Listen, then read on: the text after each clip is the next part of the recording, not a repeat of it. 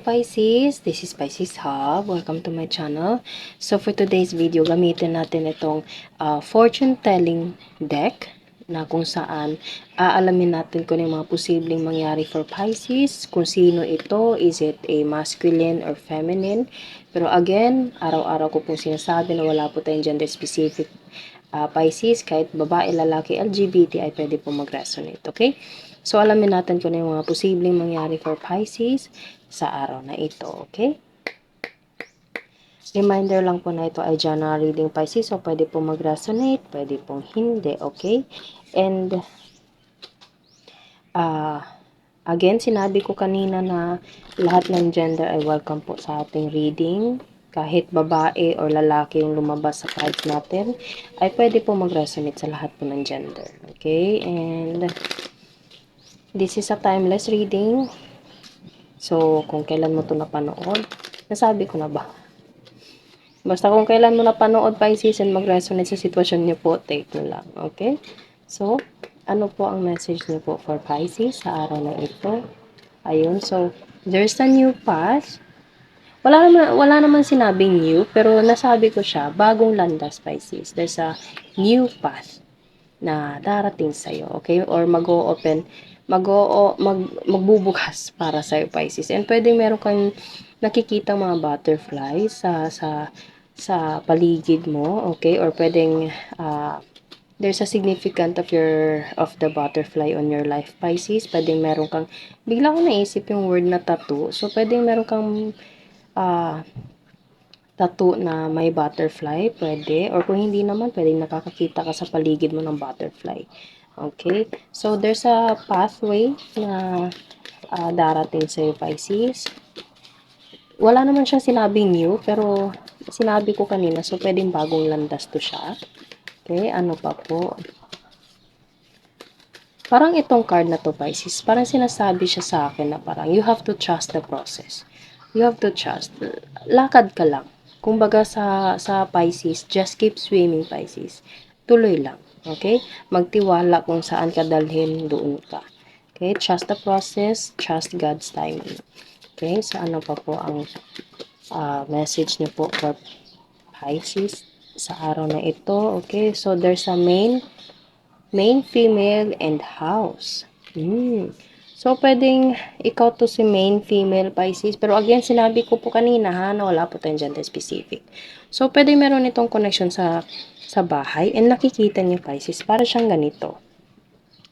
Dadaanan mo to bago ka makapunta sa magandang bahay na nandito, okay? And pwede meron natang connection sa main, female, or ikaw to mismo, Pisces, okay?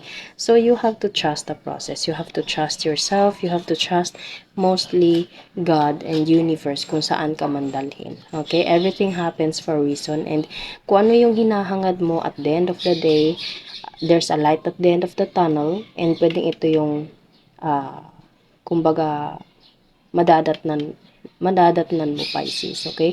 There's a wonderful, beautiful house. Para siyang mansion. Okay, so ito yung naghihintay sa'yo, Pisces. So, kung ano man yung daanan na tinatahak mo ngayon, okay? So, it's either this is you, Pisces. Pwede meron itong significant meaning na white roses and merong red rose dito. Okay, so, pwedeng, there's a flower and there's a butterfly. Okay, Pisces. So, ikaw yung may hawak ng flower and kailangan mo lang sundan itong butterfly na nandito. Okay? So, bigla ko naisip yung word na you are the prize, Pisces. Ikaw yung prize. So, kailangan mo lang alagaan yung sarili mo and kung saan ka man dalhin, merong magandang bagay, merong magandang buhay na naghihintay sa'yo, which is ito. Okay? Hindi man literal na bagong bahay, pwede din bagong bahay, okay? Basta magandang buhay, okay? Big mansion. Ganun yung naghihintay sa'yo, Pisces. Okay? So, ano pa po ang message niyo po for Pisces sa araw na ito? Para siyang para siyang advice ng angel mo sa araw na ito, Pisces. Pwede ding angel, pwedeng meron kang kinakausap na angel ngayon, pwedeng nagtatanong ka kung bakit ganito, bakit ganyan. Okay, bigla-bigla ko na lang po nasasabi yung mga words. Pwede po yung merong significant meaning sa inyo. Okay, so pwedeng nag-a-ask ka ng sa angel mo, ano ba, bakit ba ganito, okay?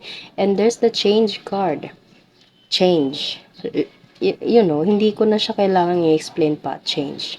And nakikita niyo, Pisces, yung change card na nandito, merong sasakyan. Okay? And parang, para siyang merong, parang relocation, pwede ding travel, Pisces, okay? Pwedeng maglilipat ka ng bahay, okay? Pwedeng ito to, tapos dito kay dadaan papunta dito. Wow! Wow! So, pwedeng naghahanap ka ng bahay, Pisces, or pwedeng merong magandang bahay na naghihintay sa'yo galing kay main female na ito na kung saan dun ka lilipat.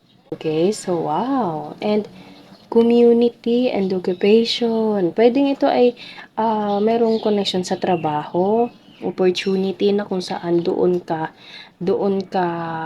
kumbaga, lilipat para doon yung mas maganda, mas malapit na trabaho, okay? And there's a community, pwede meron itong connection. Pwede nagtatrabaho ka sa komunidad mo, Pisces, or sa bagong community, okay? Or yung lilipatan mo is sobrang welcoming sila sa'yo, okay? Feel mo parang you belong in that place, okay, or in that community. Mararamdaman mo na parang you are welcome sa kung saan ka man patutungo. Dala ng sasakyan na ito, dadaan ka sa pathway na ito, and papunta ka sa bahay na ito. Okay, so there's a new occupation.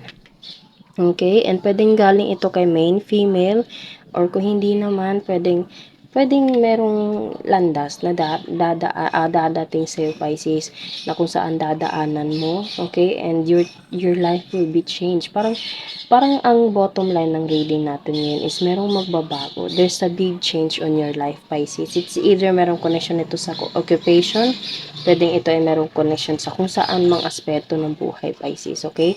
So, pwede merong literal na lilipat ng bahay, pwedeng lilipat ng trabaho, okay? And nakikita nyo merong mga roses dito, may mga flowers, and ikaw naman dito, merong rose dito na red and merong white flower, and alam mo yun, yung ganitong scenarios, okay? So, there's a butterfly also. So, you belong in this community, Pisces, kung saan man to. Okay, so, wow.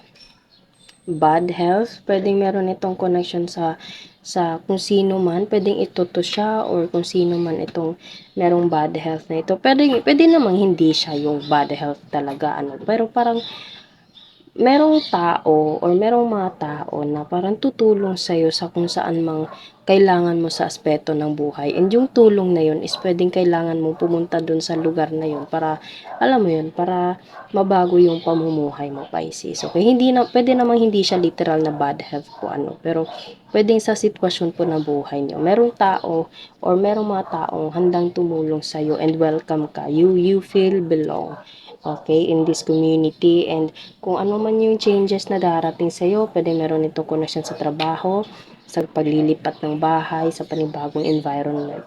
Go for it and trust the process. Trust God. Trust His timings. Okay? So, yun lang po ang ating reading sa araw na ito. Naway nagustuhan niyo po. Huwag niyo po sanang kalimutan na mag-like at subscribe po sa ating channel. And click the bell button, Pisces, para ma-notify po kayo sa next videos na i-upload natin. Okay? So, thank you, Pisces, and God bless.